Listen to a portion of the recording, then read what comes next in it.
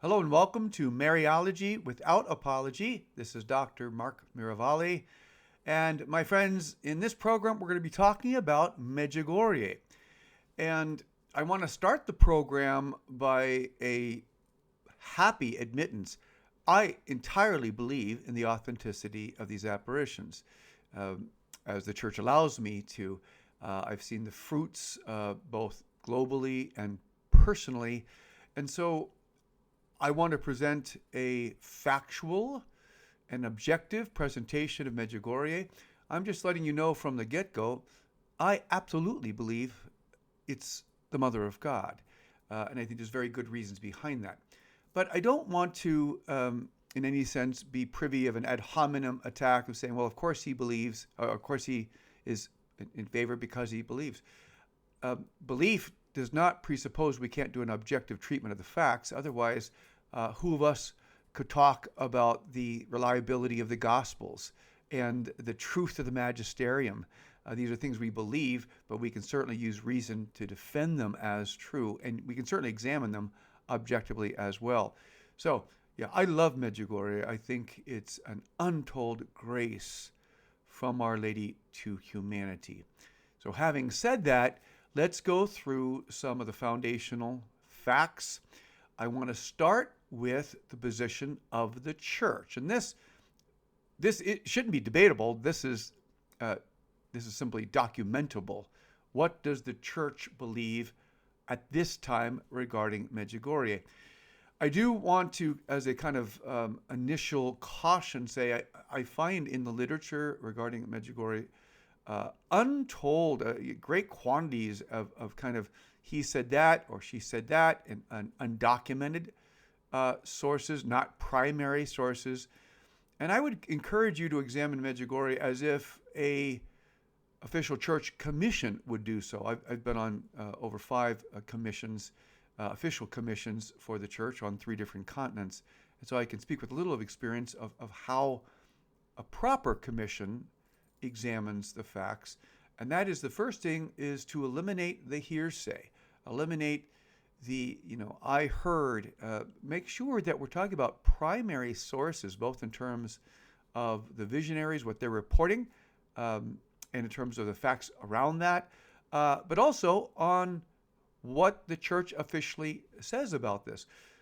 Quoting a Catholic apologist, for example, that's opposed to Medjugorje and says, well, I just don't think the church says that people can go there, and therefore I'm not going to encourage people to go there. Well, that's not a foundation. That's not an objective presentation.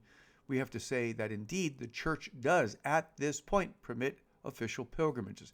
So let's do our best to cut through the accidental, and let's try to stay on the substantial, on how the church evaluates a private revelation, how church commissions do so as well, and let's try to avoid the fallacies that oftentimes can understandably enter these subjects. It's an emotive subject for many as well, pro and con. Let's try to be as objective as we can about the specific facts. So let's start with the reality of the report of 6 Croatian youths in June of 1981, reporting to have received messages from Our Lady calling herself the Queen of Peace, with an eventual revelation of that title, that she is the Queen of Peace. So without more, let's go to the church as obedient sons and daughters of the church.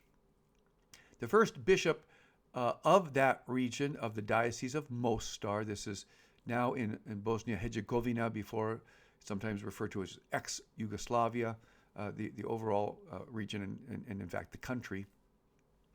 The first bishop, Bishop Zanic, starts by defending the visionaries against communist authorities, saying, quote, "The children do not lie." That personal support of the bishop would happen and extend for the first year or so, after which there would be what was called the Herzegovina case, and that is the conflict, which is some 400 years old, between the diocese the bishop and the diocese and the Franciscans of the region. There's been an ongoing controversy and tension there, which is not primarily our concern in examining Medjugorje, except insofar as it can enter into this issue. Well, a little time after the local bishop was so supportive of Medjugorje, there was a case some hour and a half away from the Medjugorje parish at St. James of Franciscans who the bishop had replaced. They were previously pastors, one in particular, and the people revolted. The people did a type of Operation Rescue and wouldn't let the Franciscan priest out, but also wouldn't let the new priest in. Well, that Franciscan from that parish, again, keep in mind now, this is an hour and a half away from Medjugorje. This is not immediately proximate to the Medjugorje issue. That Franciscan reportedly goes and asks one of the visionaries, what should he do? And the response was, we should pray for the bishop. Now, that's a very generic response, right? We should pray for the bishop. The bishop took that as a corrective, and he then stated Our Lady would never side against a bishop out of proper respect, and therefore the apparitions can't be true. So remember, when you're examining a private revelation, the 1978 Seper document from the Congregation for the Doctrine of Faith, which was René Laurentin, the famous Mariologist, summarized into 3 points, and that is message, phenomena, and fruit. So messages, is the reported message in conformity to the prayer and sacramental life of the church, to the official faith and morals teachings of the magisterium? Number 2, are the reported phenomena in sync, if you will, in harmony with the other tradition of mystical phenomena as it's been experienced and reported in the church? And then number 3, which is always the most important because it's biblical, it's right from the words of Jesus, the issue of fruits. Are there significant fruits that are coming forth from this? Are they lasting fruits? Are they, in a certain sense of examining a private revelation, can we say, that there's a universality to the fruits? Are there international fruits? Are there great quantities of fruits? Because Our Lady does bless her true apparition sites with significant evidence of authenticity, which is, as Jesus says, you will know a tree by its fruits. So notice what happens in this side parish, some hour and a half away or so, is not an essential part of message, phenomena, and fruits, but it does historically lead the bishop to change his position. He has the first 2 commissions regarding Medjugorje, the first and second through those early years up through 1984 and even 85. And the second commission, the first commission was 4 members. The second commission is 15 members. At the end of the second commission in 1986, the commission declares a non constat de supernaturalitate. Now that means that the supernatural character cannot be affirmed. It is not a constat de non supernaturalitate decision. That's the prohibition category. That's the condemnation, which is a strong word, but there's certainly an element of that. Basically saying, we're saying positively, assertively, that these are not legitimate apparitions. These events do not have a supernatural origin. So the reason that traditionally the church has had these 2 categories, non constat and constat de non, is precisely to say that middle category is not a approval, and it certainly is not a condemnation. It's kind of a Gamaliel category, right? Let's wait and see. Well, after that is submitted to the Congregation for the Doctrine of Faith in the fall of 1986, Cardinal Ratzinger and the Congregation of the Doctrine of Faith calls for a new examination by the ex-Yugoslav Episcopal Conference, by the bishops. Now, this is standard when there's reason to, let's say, question or doubt the the credibility of that first report. It could also be done just because it's of international importance, but more often than not, the congregation historically leaves it in the category of the local bishop unless there's reason not to. Now, there's one testimony from a member of those first two commissions, a Jesuit priest from that area, that stated honestly, when the bishop asked him to become a member of the commission, the Jesuit priest said, I don't believe in Medjugorje, and was, as he says, appointed because of that disposition. Okay. He later, in investigating as part of the commission, came to the conclusion of a positive response to the Medjugorje phenomenon. He believed. So he went in a frankness and an honesty. He went to the bishop and says, Bishop, I have to be honest with you. I believe in Medjugorje based on the facts and the message and the miracles, etc. The next day, the Jesuit priest, as he testifies, was taken off the commission and replaced by someone else. So these would be or could be elements that could make its way to the congregation for the doctrine of faith that would give an indication, no, we need a new investigation because we're not satisfied with the conclusion or the investigation process that happened under the bishop. So at any rate, this takes place. So in January of 1987, the Episcopal Conference, the ex-Yugoslav now, a conference of bishops, starts a process of examination. Well, in April of 1991, they come out what's called the Zadar Statement.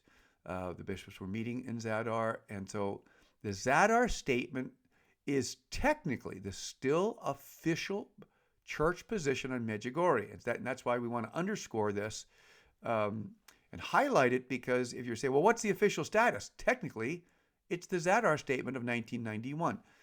So what did the Zadar Statement say? And for those who are, longing to hear the message, I ask for your patience, because it's important that we get the facts straight. That's part of what it means to be an obedient son and daughter of the church and to the magisterium. So the Zadar Statement says essentially three things. Number one, it confirms the non constat position of the Second Commission. That's non constat de supernaturalitate. That is, we cannot, or we do not, properly said, we do not confirm the supernatural character of the apparitions. Number two, the Zadar Statement says that pilgrims may continue to come on a private level. Now that's significant because, again, if it's in the condemnatory category of constat de non, the bishop's statement is always, don't come. We don't want you to come. Please do not pilgrimage here. And they certainly do not offer prayer and sacramental life and pastoral guidance because they don't want the people coming. And that segues to point 3 of the 1991 Zadar Statement. And point 3 is that the bishops themselves will take care and oversee the pastoral need of the pilgrims coming. So once again, we don't affirm, but we don't deny the supernatural character. That's number one of the official position of the church on Medjugorje. Number two, private pilgrims can continue to come. And number three, we will exercise as bishops the pastoral care over the people coming. Okay. Well, then what happens? Then we have a new commission, a Vatican commission, which starts in 2010. It runs from 2010 to 2014. The Vatican Commission is a combination of Vatican experts and also local diocesan experts, at least those who were chosen to serve on the commission. The Vatican Commission is commonly called the Ruini Commission. Why? Because it was Cardinal Ruini from the congregation, from a Vatican congregation, that was called to oversee this commission, this technically third commission. So that goes on from 2010 until 2014. In 2015, the Holy Father says that Pope Francis had announced that the Ruini Commission has completed its work and made a general reference of its results being made known soon. Well, then there's a certain period of silence until 2017. And let me just say, as a side comment, it's not surprising that the press and even good Catholic faithful would get this material confused, because it is complicated, and it is important to get all the proper historic steps, but also the proper authoritative steps. Because during this time, especially in the early days, after the change of Bishop Zanich, Bishop Zanich is very clearly against the apparitions, and then Bishop Zanich's successor, who was a type of spiritual son of Bishop Zanich, Bishop Pirik, P-R-I-K, is even the more vocal about his opposition to Medjugorje. He would say things like, in my opinion, it's not only non constat, but it's constat de non. But many times in this process, and we're going to see again, it's going to be clarified by the Secretary of the Congregation for the Doctrine of Faith, it is not an official church position. I'll explain that in a few moments. So, in fact, I'm going to go back, if you'll allow me to do that, just so you have clarity and accuracy on this. Let's go back to 1998 just for a moment. And in 1998, a French bishop wrote to the Congregation for the Doctrine of Faith saying, what's the status of Medjugorje, and can we pilgrimage there?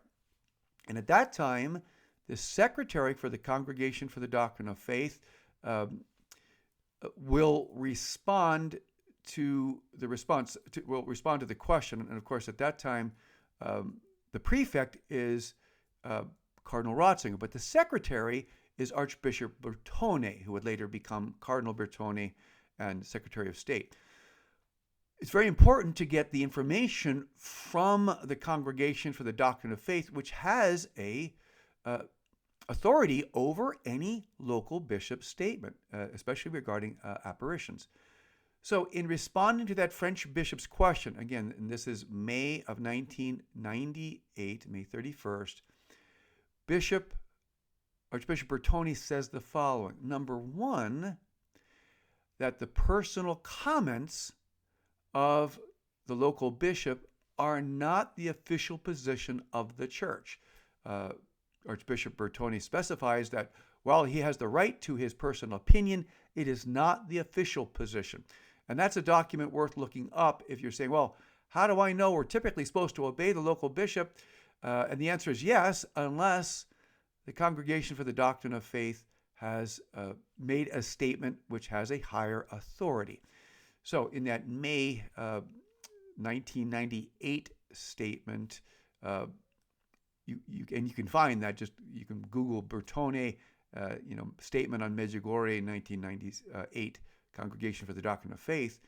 He says, first of all, the local opposition from the local bishop at that time, which was Bishop Pirik, is not the official position of the church. What is the official position of the church is the 1991 Zadar statement of the ex-Yugoslav bishops.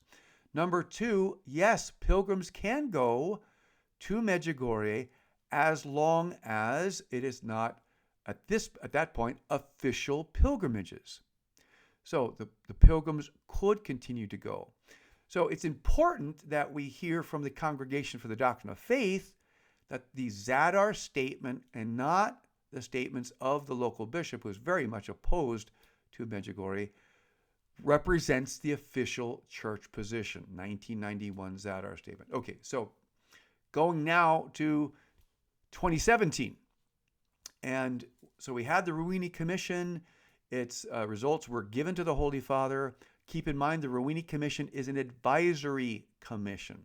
It is not a commission that can establish the church's position. It is advisory to the Holy Father. So that commission is essentially left dormant for 2 or 3 years until May 13th, 2017.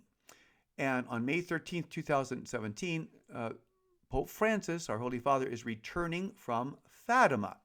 and it's an interview. So again, let's keep a mind of Lumen Gentium 25 with the authority of the magisterium also being found based on the mode of expression. That is, if the Pope's writing home to his mom, that's not an encyclical.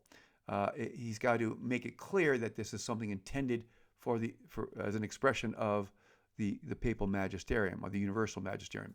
So an interview doesn't follow with that, but it's an essential part of this ongoing process of where Medjugorje stands. So May 13th, 2017, the Holy Father is returning from Fatima. He makes a comment which he's made at least twice before, that I don't think Our Lady is a mailman, and he's making reference to the fact that the apparitions happen at the same time. So for some reason that is a little unnerving to the Holy Father. History would show that's the norm, not the exception. The Fatima apparitions happened at the same time. The Lourdes apparitions happen the same time each day. But at any rate, his direct comments goes on to say that he finds favor with the Ruini Commission, not that other one. So, of course, most people had no idea what the Ruini Commission even was, let alone that other one. So he voices his unofficial, because it's a plane trip interview, right? His unofficial kind of agreement, a certain level of satisfaction with the Ruini Commission. And then we have 3 days after that event, the release, but it's not an official release, the leaking, really, of the Ruini Commission report. Now, the Vatican has never come out and said that was not authentic. So it is commonly agreed that what was leaked was, in fact, the conclusion of the Ruini Commission. And now significant, because the Holy Father unofficially says that he agrees with that in general, that he's favorable to it. Well, what does the Ruini Commission say? And then I'll make reference to that other commission that the Holy Father alluded to. The Ruini Commission states that they voted 13-1 with one abstention, that the first 7 apparitions at Medjugorje were of a supernatural origin. They did not speak about the later apparitions, and having spoken to a member, and I want to be careful, I want to follow my own rules in terms of hearsay here, but I can say that in Casa Santa Marta, at table, I spoke with a member of the other commission, which I'll explain in a moment, who was a cardinal, who maintained that to say that the first 7 apparitions are authentic is not to state or imply that all the other ones are fraudulent. It's a positive statement of the first 7.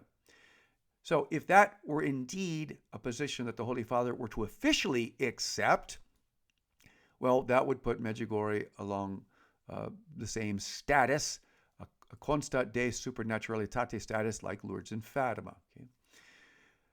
Now, what about the other commission? I'm sorry, let me say again, remember, the Ruini Commission is advisory.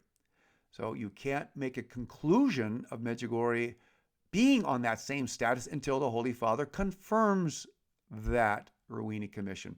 A plain comment is not enough. As much as I'd personally like it to be, it just isn't.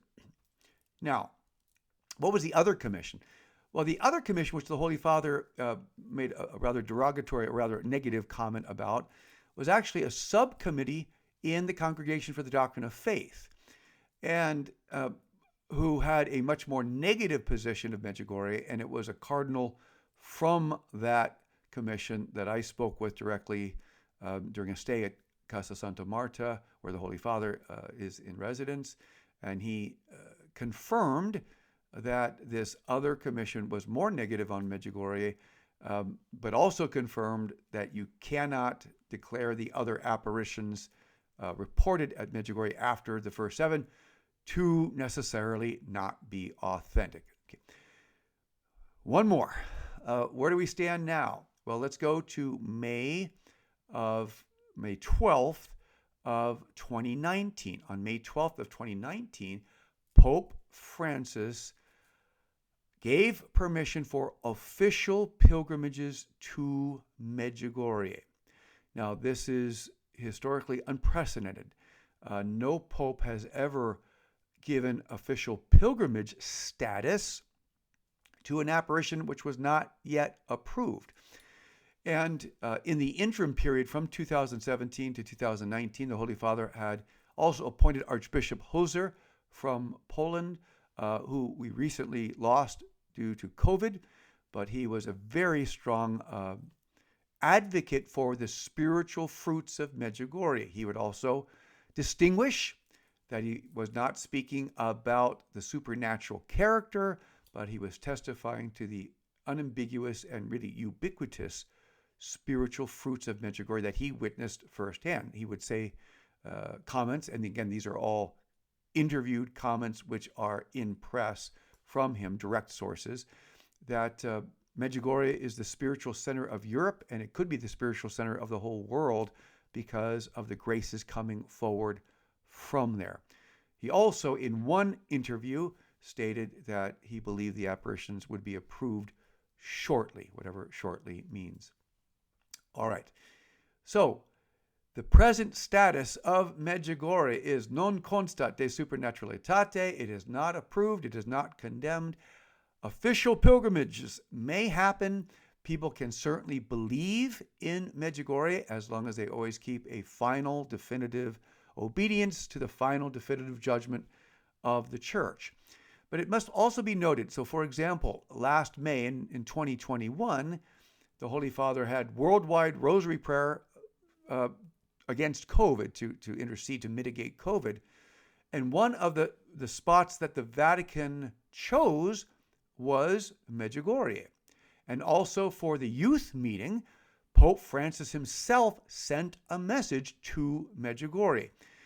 Now, theologically, and one might even dare say in the order of common sense, if the Holy Father thought Medjugorje was false, it would be an odd action indeed to make history by allowing people to go to a place of a false apparition, let alone to send a videotaped message to a place of a false apparition. And several cardinals, curial cardinals, have gone to Medjugorje as well. So while there's no need to inflate, and inflation's always a bad thing, we want to be accurate about the status. It is not an approved apparition. It is also fair to say when the Pope gives official pilgrimage status and when the Pope includes Medjugorje in worldwide prayer and all the other places are church-approved Marian sanctuaries or apparition sites, it would be unfair to not see that as a positive, an approval secundum quid, a secondary level of approval, even before a final definitive judgment.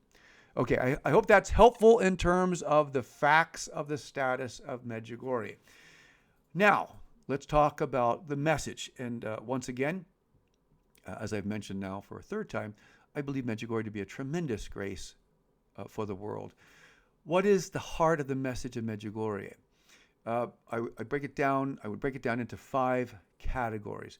And again, this is as I did for an article for the New Catholic Encyclopedia, but it will do no real justice to the beauty of the messages of who I believe to be the Queen of Peace speaking to a world in such desperate need of peace. So the 5 themes: faith, prayer, fasting, conversion, and peace. The Medjugorje message of faith calls for a faith in the one God and Jesus Christ as the one mediator to the Father. Also, faith in the apparitions themselves, which can bring special graces before the time of a visible permanent sign. Like other reported apparitions of our age, part of the message is the prophecy of a permanent visible sign to, quote, help the unbelievers. We'll talk about other apparition sites that have a similar reference to them. Akita, Japan, for example, which is an approved apparition, makes reference to the sign left by my son, others as well. Now, some have said that the message reported from Medjugorje is a message which denies the objective dimension of the Catholic Church as the one true church, and has a type of inordinate ecumenism where all religions are equal. It's simply not in the message. It has never been part of the message.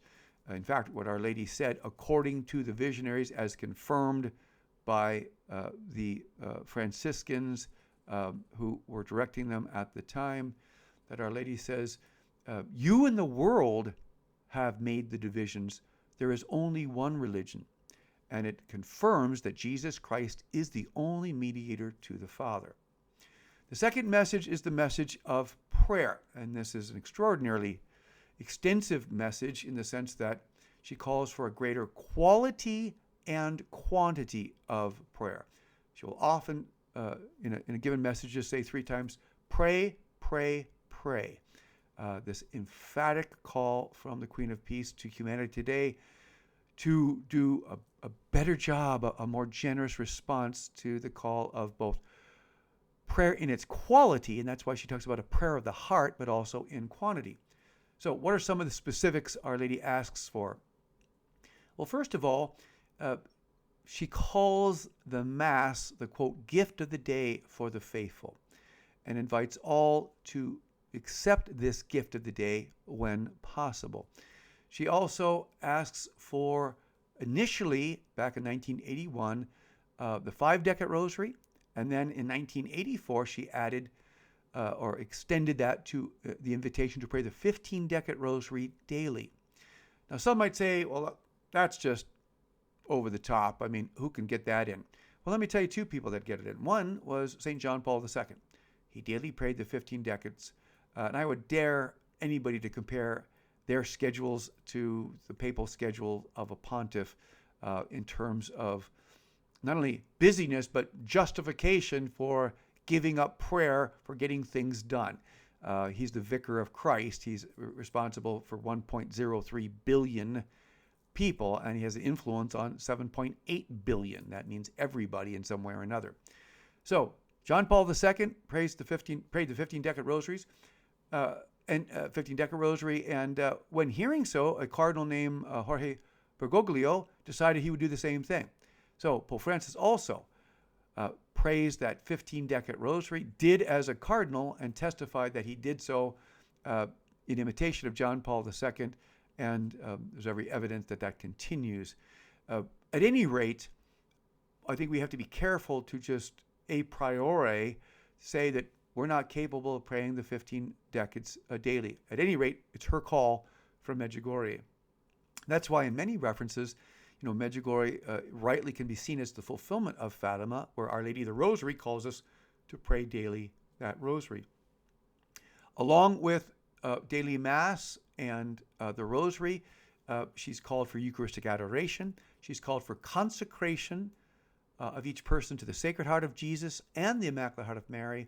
And she's called for the daily reading of Scripture. So these are all, extremely foundational Catholic messages. But again, there's a peaceful urgency in her call, which I'll talk about again, but also a greater request for generosity of prayer. One message, she says, it is possible for people to pray 3 hours a day.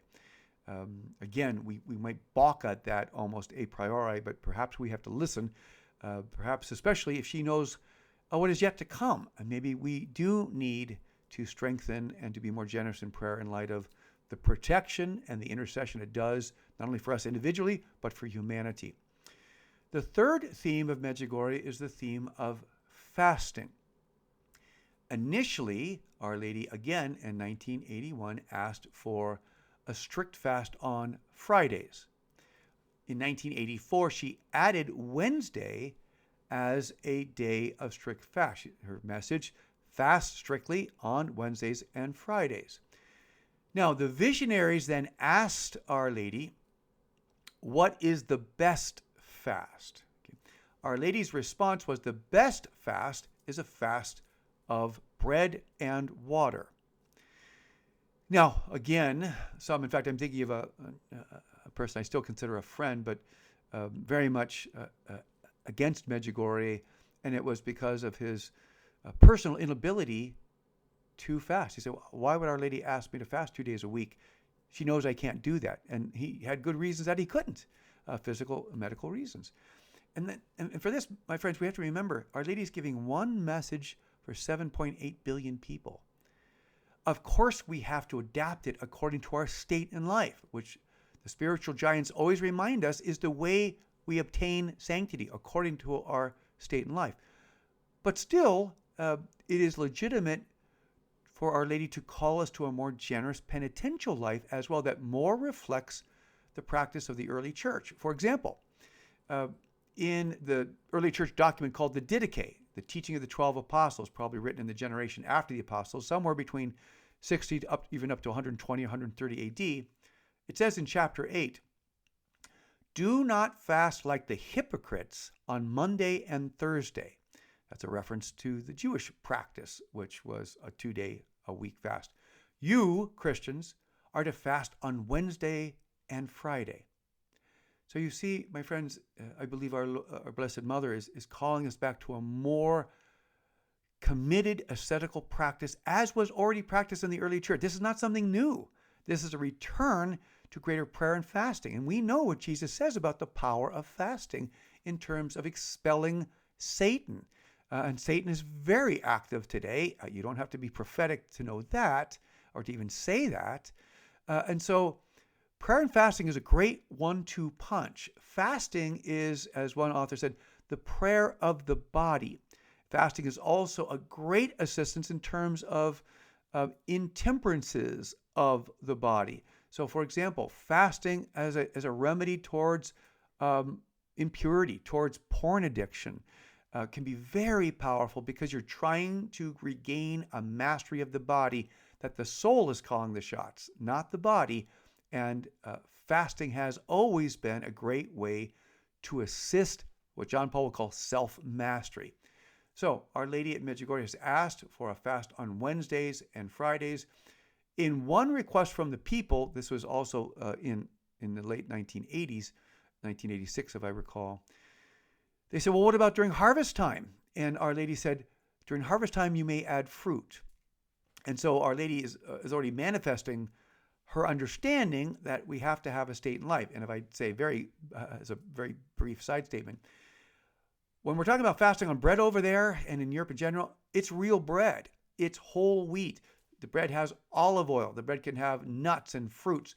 You know, if you try fasting on Wonder Bread, which is a wonder that we call it bread at all, because essentially we've taken all the nutrients out and we've dyed it white, you should be able to fast for about 17 minutes and then get a sugar headache because it's almost like an extended candy bar. No, it's a fasting on real hearty bread, which can sustain.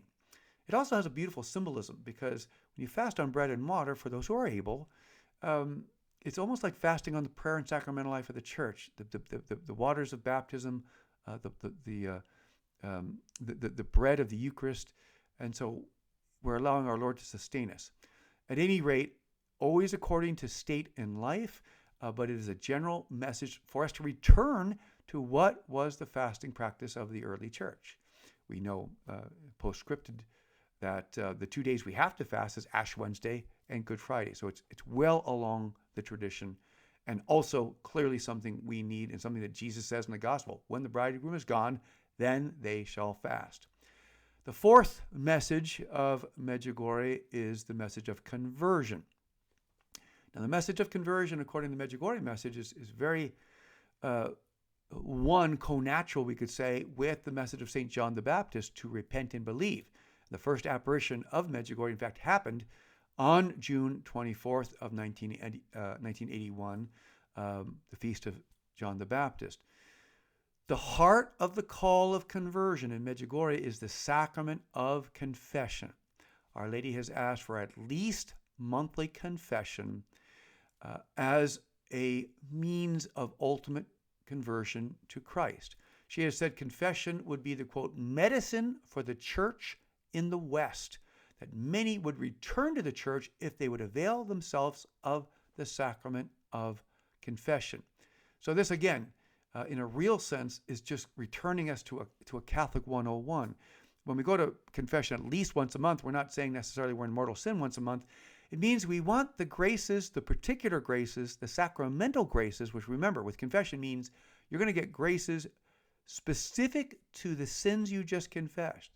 The graces specific to the challenges to your own particular weaknesses. It's a real individually designed sacrament, as well as being the universal sacrament of forgiveness of sin. That's what the sacramental graces of confession are. It's I have to say, it's a lie from hell, or people have somehow gotten a negative context of confession. Confession is an absolutely no-lose situation. We get our graces, we get our sins confessed, which is a great spiritual and psychological release for us. We get the graces of the sacrament, forgiveness from the merciful Jesus through the priest. This is why St. Augustine called confession the medicine box, where we meet the divine physician, and then we get specific graces to help us to avoid that sin. Finally, the theme of peace. Now, Our Lady comes as the Queen of Peace. You notice she doesn't come as the Queen of Justice, the Queen of Chastisement. She's the Queen of Peace with a message of the spiritual peace of Jesus Christ in the heart. That's her goal. Her goal is that each of her earthly children would receive the spiritual peace of Jesus Christ in their hearts. That peace then blossoms into family peace, then into social peace, and then, God willing, into global peace. But it's not first a message of social peace. It's first a message of spiritual peace. The spiritual peace of Jesus Christ in the heart. How do we get that spiritual peace of Jesus Christ? She says, through a greater faith, prayer, fasting, and conversion. That peace is a gift of the Holy Spirit, which comes as the fruit of conversion. So, peace is really the crowning grace that we get when we are, of course, responding to the overall prayer and sacramental life of the Church, which Medjugorje is really just calling us to. It's calling us, which is really the purpose of true private revelation, my friends. It's not to oppose the gospel, obviously. It's not to replace the gospel. It's not to compete with it. It's to be more generous in living the challenging aspects of the gospel. That's what private revelation's goal is, and that's what the Medjugorje message calls us to do. Now, there's also a few messages, and a few after 40 years of messages is an important proportion, which speak of upcoming chastisements. They are conditional in nature, but they're contained in a set of secrets. Some also balk this idea of secrets. Look, this is just the precedent of Marian apparitions. There's the secrets at Fatima. There's also 3 secrets at Lourdes, which is rarely known. They've never been revealed, but Our Lady gave them to Bernadette. A secret is a way that heaven can make us know that something important, something that calls for our prayer and our attention is coming, without causing any specific hysteria about exactly what's going to take place. So I want to conclude this summary of Medjugorje by talking a little bit about what we might call a theology of chastisement. How are we supposed to deal with this idea of punishment or conditional chastisement? We're going to get this very strongly in the message of Akita. There's a reference in Fatima. Various nations will be annihilated, and most agree that has not yet taken place. How do we deal with that? We deal with it in faith. So use the example of the 10 plagues of the Old Testament. Pharaoh could have got away with blood in the Nile, but he lost his son because he did not convert. So the punishments were intended for conversion. And I don't want to say this in a light fashion, but you have to think of a chastisement as a bit of a spank from the divine Abba. The purpose of the spank is to get us to convert, to get us home to heaven. And if he has to let certain things happen, including wars, disasters, moral decline, and some of these more significant natural disasters to return us to an awareness that he is God and we are not, and that we need him, he will do so because he's more concerned about getting us to heaven than keeping us in a dangerous mode of comfort here. And so that's the mode to understand this concept of chastisement. So I want to end with a statement that was given to Yelena. Now, Yelena is not one of the 6 major visionaries, but she did receive a number of locutions there. And the other visionaries saw Yelena as a real partner, a companion in this great Marian journey. And Yelena, even at a young age, she was 11 or 12 when this happened, had heard about the third secret of Fatima before the third secret was released. Someone had given her a small book on it, and the book was filled with very frightening things. Massive apostasies, massive disasters and whatnot. And it frightened the little girl. As Our Lady came to her that day in her typical locution, she gave her this message. She said, and I quote, "Do not concentrate on wars, chastisements, and evil. That is the way to enter into them.